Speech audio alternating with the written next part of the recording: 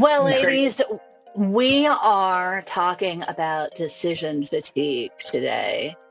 Um, maybe we have decision fatigue in picking podcast topics, but, I think it's definitely something that human beings can relate to because there are so many decisions to make in a day. I don't know that it gets better ever. But we thought it would be a good topic just because it is overwhelming. I think a lot of people are kind of picking up on it. Lots of people are talking about the daily decision of someone said, what's the difference between like being married and dating? And the answer was you have to figure out what you're going to eat, or being single and being married.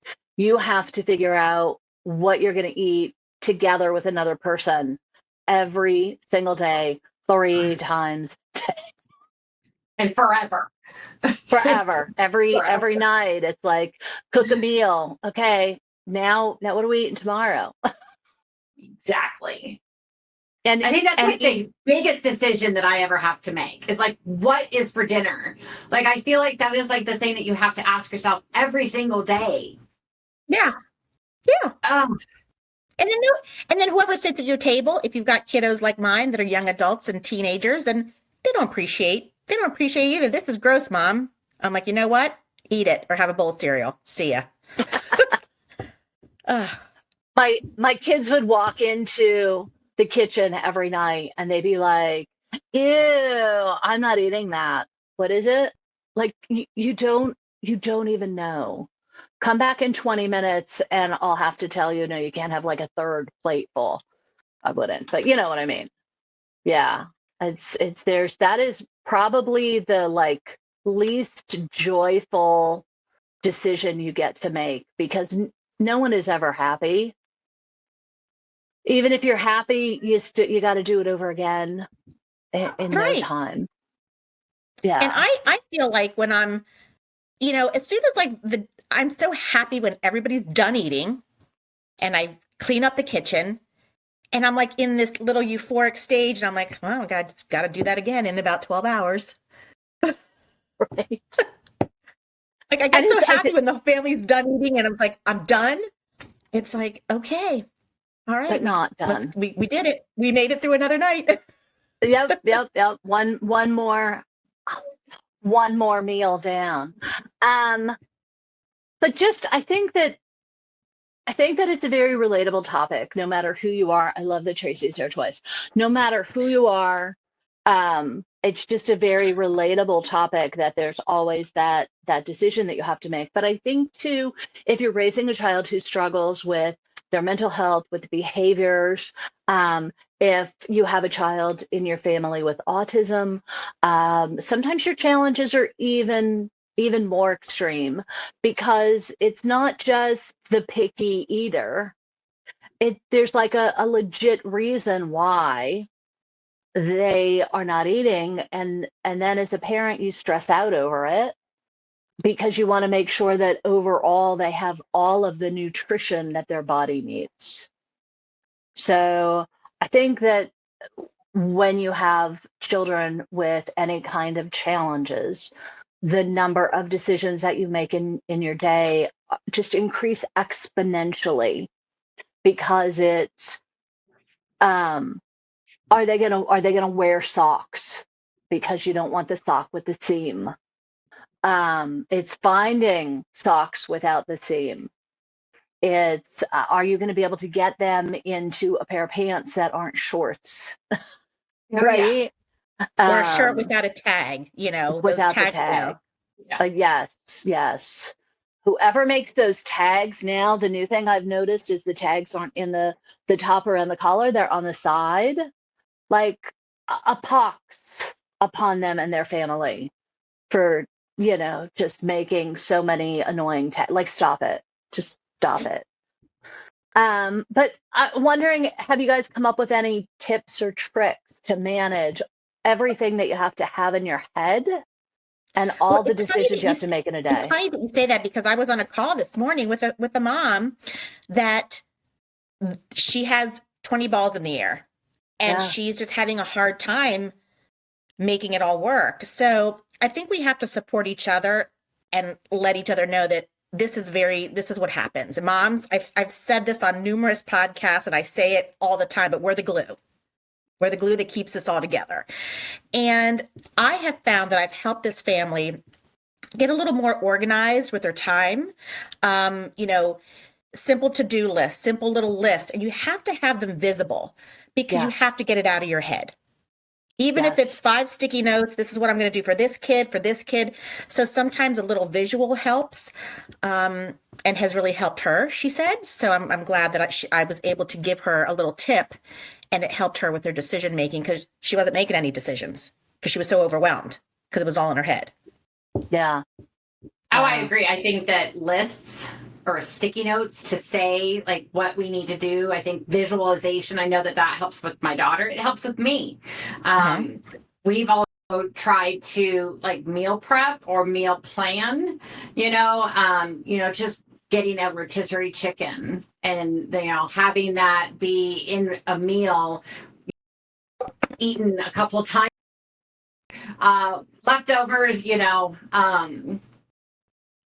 and trying to just get one thing out of the way for the week.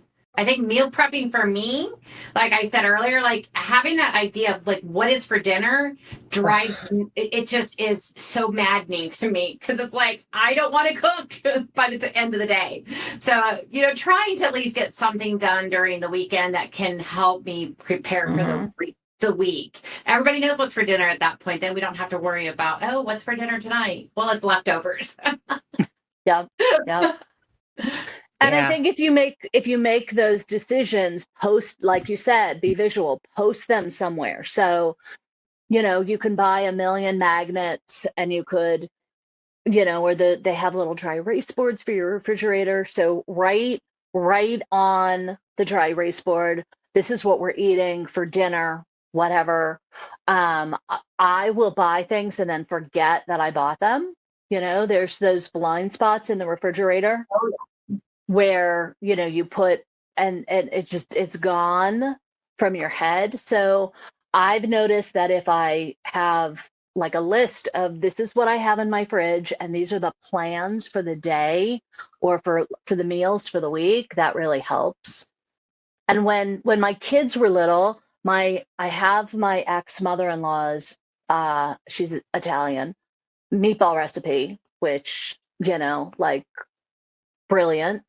And so I would make a big plate, a big crock pot full of meatballs and sauce. And then, we'd have spaghetti and meatballs. But later on in the week, maybe we'd have like meatball hoagies. Or maybe I'd use the meatballs, I'd cut them up, and then I'd use them in like a lasagna or something. So kind of find ways of using them again if people kind of got sick of things. But the rule in my house was I would cook in bulk and that's just what we would eat. So I think at least when my kiddos were younger, they maybe didn't have much of a choice. So we would make a giant stock pot of chicken soup, and we'd have chicken soup for a couple days. I found like ways to reuse the chicken, and I'd take like the chicken and the carrots and mix it up with like some noodles and stuff. And so we'd find different ways of using things up. But really kind of posting, once you make a decision, as far as I'm concerned, I never want to make it again. So if I've decided what we're eating for the week, I'm going to write it and throw it on the fridge. So I don't have to answer 500 questions and I don't have to forget what my plans were, because I can forget things while I'm doing it. Absolutely. And the other thing that I try to do, sometimes it works, sometimes it doesn't, it's about consistency, is delegate. If you have a partner, a spouse, adult children in your house, there's no reason mama has to cook everything. If you've got a 24-year-old living at home, delegate something, even if it's, can you make the salad, but my husband and I, we tried this, and I said, okay, Monday, Tuesday are your nights, Wednesday, Thursday and mine, and Friday to Sunday, it's a free for all, and it just inevitably all falls on me anyway. because he comes I was home gonna late on say, Monday, yeah, and I'm like, tonight's your night. Yeah. So, but I think delegating, and again, maybe on that calendar of food that you're going to do for the week, put who's in charge of that day. I mean, And I mean, I've heard that done too with kiddos who are picky eaters by getting them involved in making food. And again, like you said, it could just be the salad. Get them involved in that process and letting them help. And then maybe they'll have that pride in, oh, hey, everybody, come on, I made this. And so let them pick out the recipe. I had a magnetic notepad. I'm always, if I'm at like a conference or anything and they've got like the little notepads on a magnet, I'm like stuffing my bag full of those so I'm never out. But I would say to my kids, write what you want to eat on the notepad. And I really let them, when they were younger, like, what do you want to eat this week? And if they put it on the notepad, that's what we had. And they got over, people might be listening thinking, oh, they're going to put like gummy bears. And yet they had that moment of, oh, gummy bears and ice cream and cake. They got over that pretty quickly. But when I put it back on them, tell me what do you want to eat this week, and I will make it. There's no point in cooking a meal nobody wants to eat. I mean, if you want to eat it, absolutely, that's cool. Then certainly make it for yourself if you're hungry for something. But if you're in that mode of, I don't know what to cook, let them kick in. It doesn't matter to me what I make one way or another. If they're gonna eat it, I'm gonna make it. I think too, like even if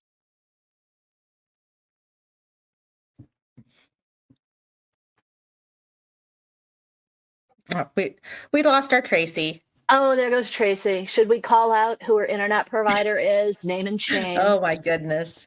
Yeah, But poor Tracy. what I will say is, going on another topic with decision fatigue is the medical piece Oh God. of like our I didn't even want to kiddos. bring that up. I know, but that is Yeah, huge. And again, it is. it's You're about right. delegating too somehow. Yeah.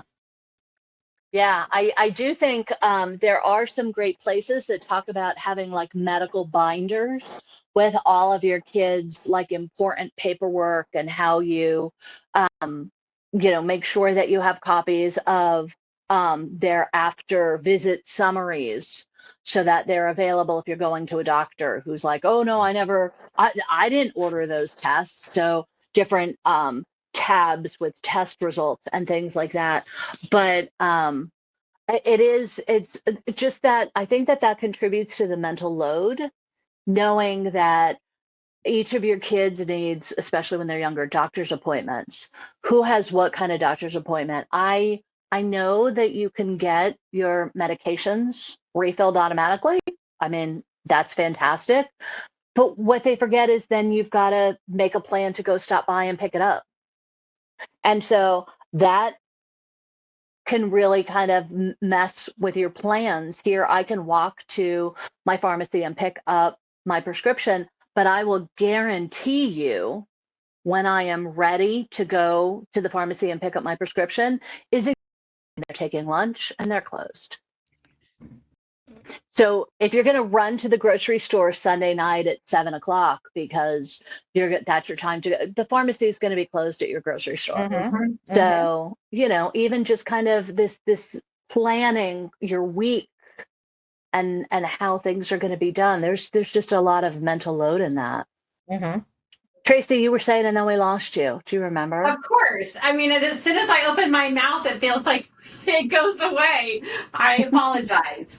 I think that even if we do plan that meal, recognize that we don't have to be perfect. Don't let the perfection get in the way. Understand that we do have hectic lives sometimes, and so just recognizing that. And I do also want to say too, sometimes what also makes decision making hard is like, even if you don't get a good night's sleep and you're not feeling well, making sure that we're also recognizing that as well. Get the plenty amount of sleep so that you're feeling up to making those decisions. Absolutely. Absolutely. That's a good point. And I will tell then you, again, like prioritizing those lists, prioritizing those decisions. If you're thinking well ahead, oh, okay, when am I going to open the pool this summer? Something, that's not an immediate. We're in November. You worry about that in May. Like the important things, again, write it on a list, prioritize what things need to be done soon. And the other things just are not as important. And recognizing the stress that comes into all these things, right? Don't making a decision if you're high in stress at that moment, because you might not be making a good choice at that point. Yep. I will tell you, so way back in the day when I worked in the office, I am not a person who wears a lot of color. I have the joke is like I have like 4 colors that I wear, like black, brown, dark And blue, blue. and gray. There you go. That's it. So that right there makes my life easy. I'll go out and I'll buy things in color, and they just sit in my closet. I don't keep things in my closet I won't wear. If I won't wear it, it's not in my closet. But I would just, it was funny. A friend said to me, it's like I have my work uniform. And it was like, I found a really nice pair of like pants, like dress pants to wear to work. And I bought them in every color I would wear. Again, all of the 4 colors. And I made kind of dressing for work much simpler. That's not going to be something that appeals to everyone, but think about like Pearl was saying, prioritize what is important to you. For me, just clothes that felt comfortable. And once I found them, it was easier for me to be like simple and what I was wearing to work. And then just saving that decision-making energy for other more important things. That was not something important to me. So I think that it's really about use your prioritize. If it's important to you, if you love, picking out a great outfit, and that's fantastic. But that's not something that takes away. That's something you enjoy. Keep the things you enjoy, get rid of and simplify the things that you don't like. Mhm. That's why I live and die by my calendar.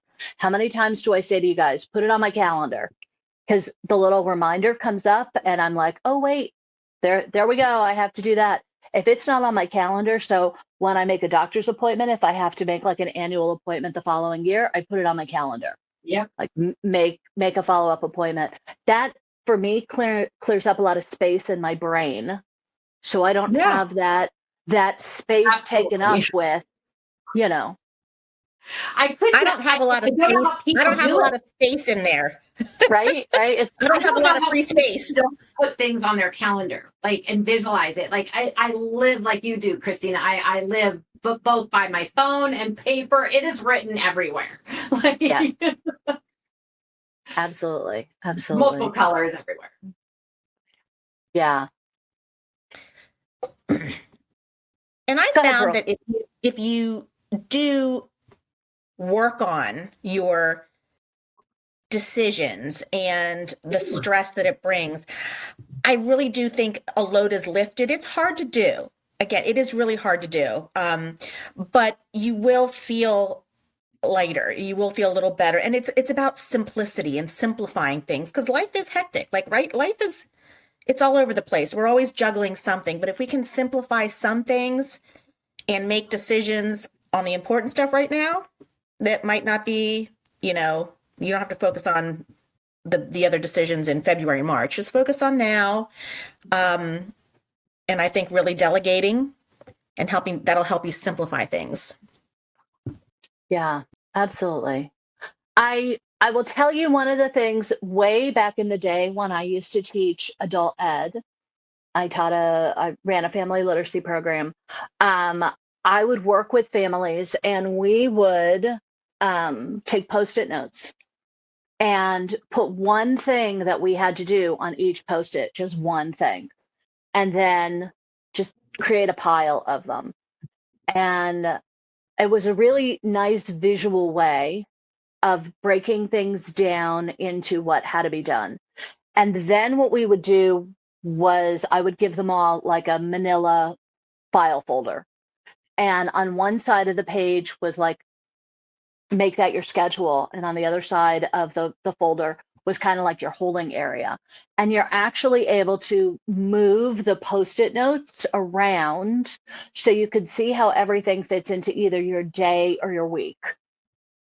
And so if things changed, it was super easy to just move a Post-it note. I didn't get to it today. It's not that important. I'm going to put it on the other side. So I think that for a lot of the families that I worked with, it really helped, because if you're not used to thinking about and planning what you're going to do. So if I'm going to give the kids a ride to school in the morning, the night before, can I place an order for pickup at the grocery store? Or, place an order for pickup that when I stop by and I swing by and pick up the kids after school, before that, I could stop by and pick up groceries. And so then we're all home and we have everything we need. So it's just kind of a nice way to kind of put things before and after that I feel is different than writing it on a list. Writing it on a list and anything that gets it out of your head is helpful. But for me, I am a visual organizer, so that really made a big difference. But for me to actually be able to physically move things around until I started to kind of internalize that really, really helped. That's a really good idea. Yeah. I don't remember where I got it from. I'm sure I picked up on someone else's brilliance. There is, and again, I can't think of it. If I remember, I'll put it in our show notes. There's a game that married couples, it's not really a game, that married couples can play where they make decisions on who's going to do what. And there's actually cards and you split them up and you'll actually see who holds the cards. And the way I'm it is laughing set at up, that game right now. I am. Like, I'll Google it and let you know what it is. So the way it's made is in a card. So if you say laundry, you, the person who holds the laundry card, are responsible for every aspect of laundry, which means, think about it, laundry detergent. Do you have the supply? Are the supplies available in the house to do laundry? So if your card is not grocery shopping, you have to figure out the person who holds the grocery shopping card you have to let them know, hey, I'm running out of laundry detergent, or I'm running out of, stain remover or whatever. You have to let them know so that they could pick it up. But you are responsible for all aspects of laundry. Now, maybe it's not that you have to do all of the laundry, but you are the person who maybe is responsible for telling the kids to get all their laundry together so it could be done.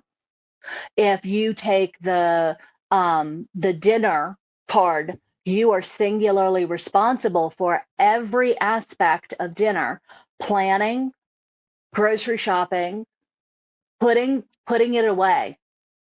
Yeah. And but I feel like this is already us as it is. I mean, am I wrong? Like, I feel like that is always my job.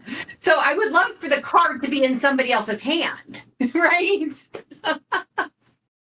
Like you said earlier, Pearl, like, okay, I'm doing the dishes, I'm doing the dinner, I'm doing the laundry. Like, when is it somebody else's day in turn? Yeah. Absolutely. Hold on. I would play the game. Come on. It is. Oh, I don't know. Are going to really enjoy this. Right. They're not gonna want you on the podcast anymore. They're gonna be like, All right, what is it called? Okay, it is I don't, if this is the one that I'm thinking, it may be called Fair Play. And it has like dental for the kids. Oh my goodness. dry cleaning, dishes, extended family time, extracurriculars, sports, extracurriculars, non-sports, garbage. It's definitely not evenly split in my household. Let's just put it that way. No. Well, okay, so the way it is supposed to be is there's 100 household tasks, and it's this figurative card game that you play with, with your partner, where you sit down and you decide how are you going to divvy up what.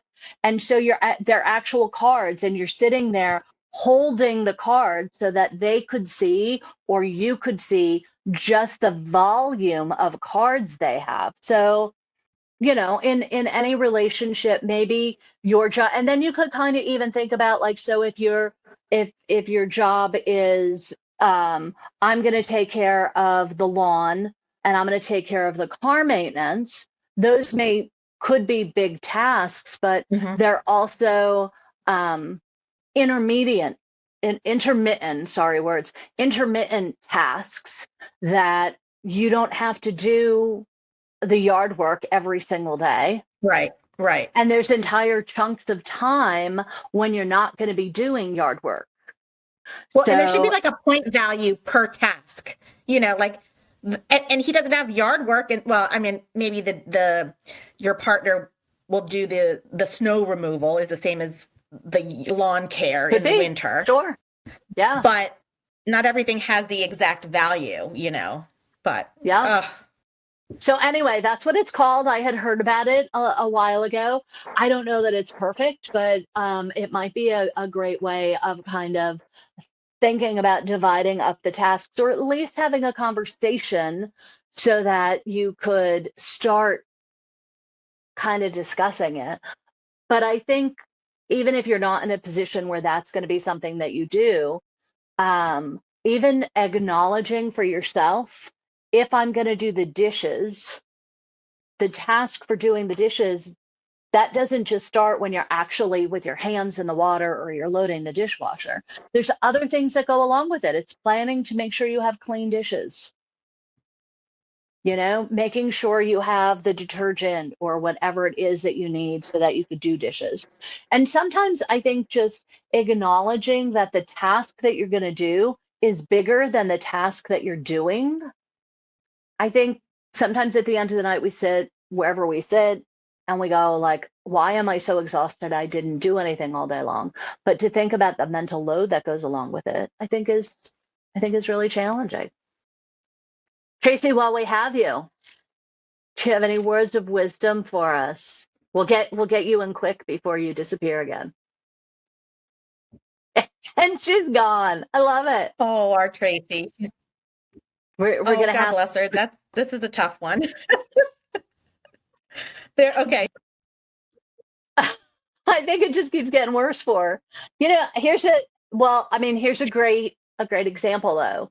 When you as a parent make so you make a decision, you pick an internet provider, and then everyone in the house is mad at you because the internet doesn't work.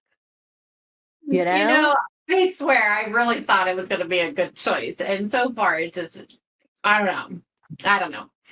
I would love to play that game. I really think it would be a good idea. I think that it's a good title too, fair game, fair play.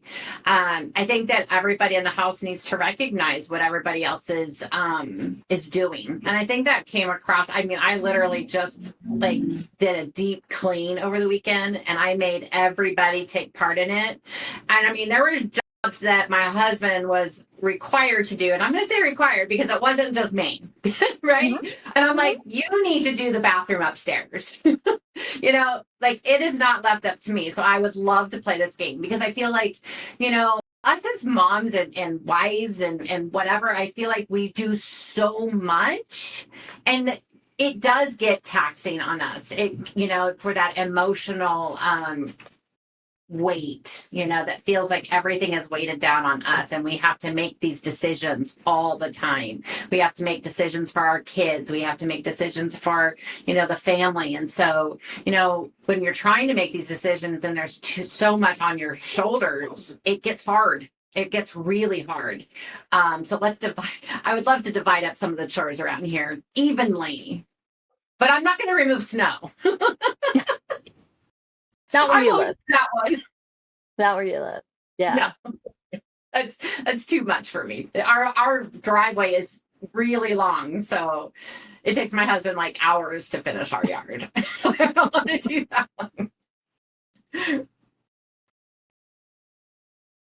Yeah. And I think that the other thing to do is, if you're going to let other people in your life make decisions. So if you have a partner, if you're going to let your kiddos, maybe one of the things that you're going to take off your plate, I would suggest, if you want to start kind of spreading the joy of decision making, one of the things that you could do is maybe let your kiddos pick out their own clothes, but let it be.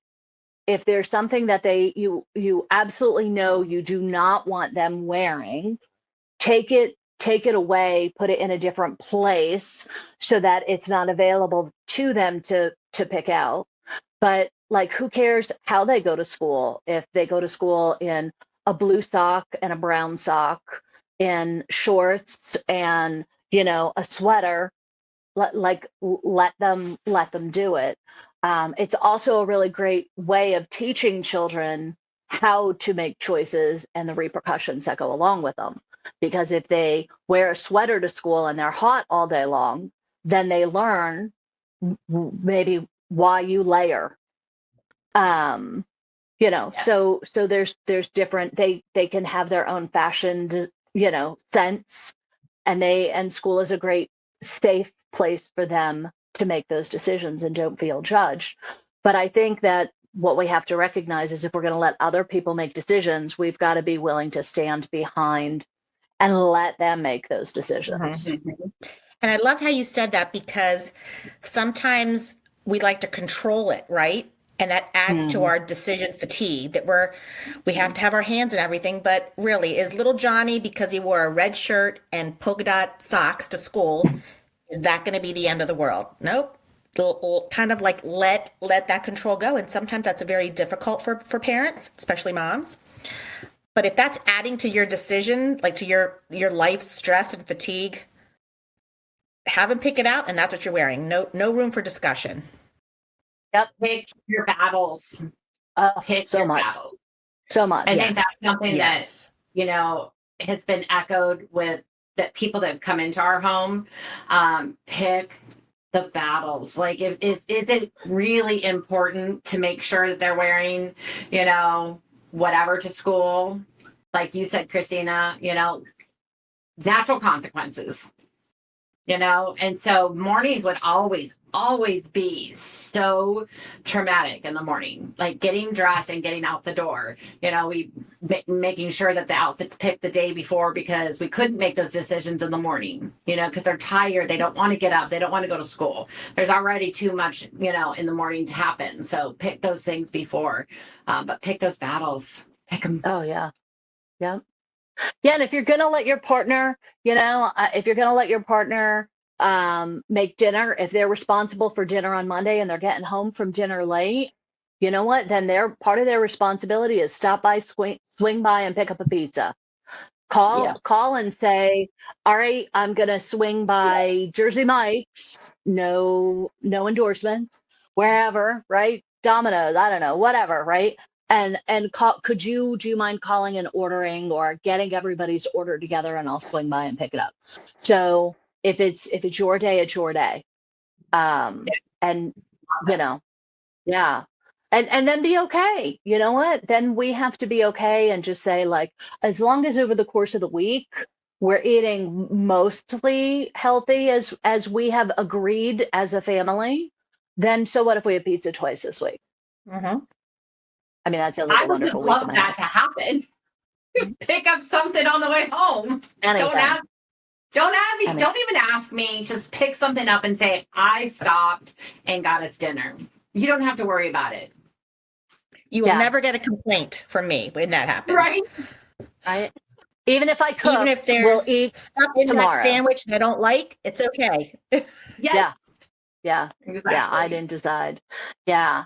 But definitely, I think we have so many decisions to make.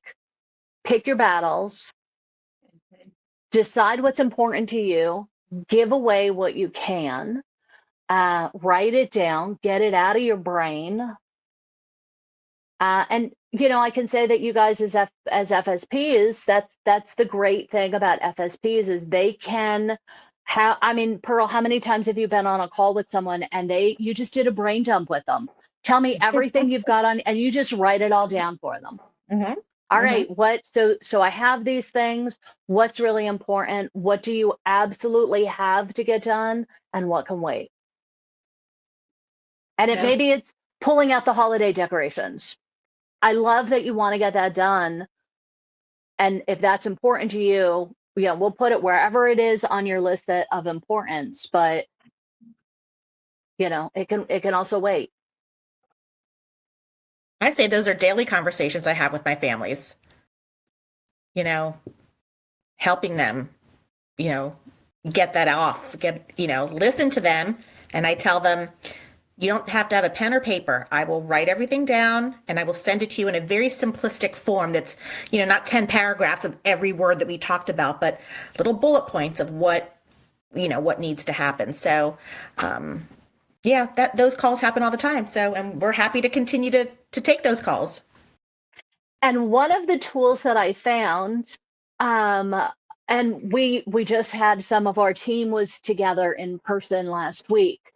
And I reminded them we have it in our Slack channel. It's called Goblin Tools.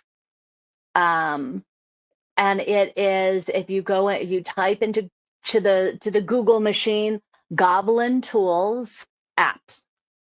And the apps are brilliant. We used it last week when we were talking about breaking like goal planning and breaking down our goals.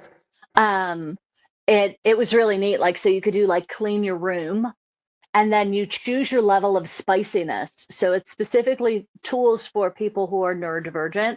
Anybody can use them. So you choose your spiciness level and that's the degree how much it will break things down for you. So if you don't need something that's particularly broken down, you would just pick one little chili pepper. You could go all the way up. So you could break down like what are the tasks involved in planning dinner, what are the tasks involved in cleaning your room, and it's really kind of cool. But definitely another app to kind of check out. Great to do with your kiddo for like school report writing, whatever. I loved it. Was that Goblin? Goblin Tools, yeah, we shared last week when we were together. Yeah, loved that. Well, ladies, final words of wisdom. I think that, I think that we always say this, and I think that is to have grace with ourselves, put things out of the mind. Don't stress so much on the decisions that we have to make. I think that's one thing as parents we do. We have so many things that we have to make decisions on. Prioritize and be gentle with yourself. Absolutely. Well, it was lovely catching up with you, and and all the 6 Tracys. At one point, we had 6 Tracys that we were enjoying. So, have a wonderful week, and we'll talk soon. All right.